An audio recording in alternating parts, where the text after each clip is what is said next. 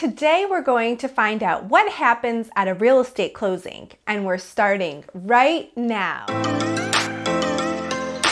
Hi everyone, my name is Maria Piccioni and I'm a real estate agent in Rochester, Rochester Hills, Oakland Township, and the surrounding communities in Southeast Michigan.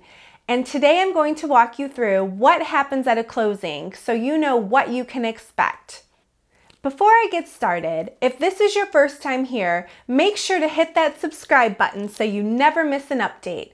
I put out new videos every week. Also use the link in the information box below to download your free home buyer's guide. So let's get started.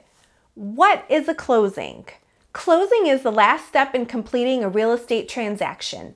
At a closing, ownership of the property gets transferred to the buyer from the seller.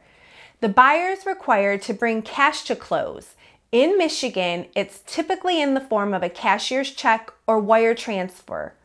It covers the balance owed on the purchase price, including down payment, closing costs, loan fees, etc. In addition, the buyer receives the additional loan funds from their lender to give to the seller in exchange for the title to purchase the property. The location.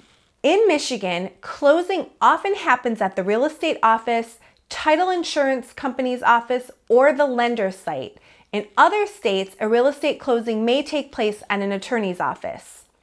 When you arrive at the closing, you'll typically be in a room with your real estate agent, the other party involved, their agent, representatives from the title companies, and sometimes the lender sits in as well.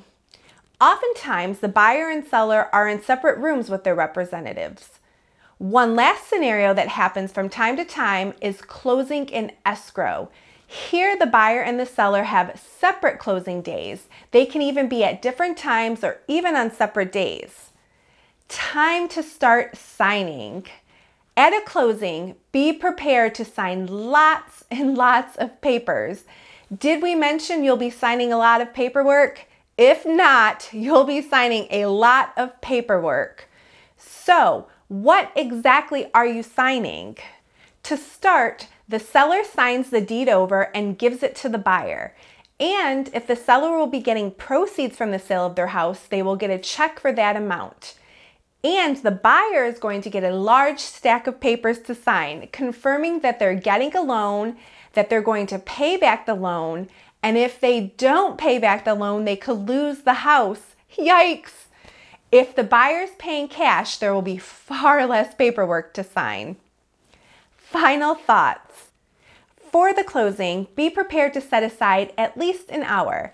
Plus, it's a good idea to arrive on time, or even earlier, so you'll be prepared. You'll want to make sure to bring a form of identification, such as your driver's license, passport, or government-issued photo ID, as this is a requirement.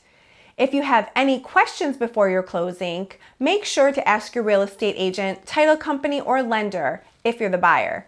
Everyone involved in your real estate transaction is there to help you get to the finish line.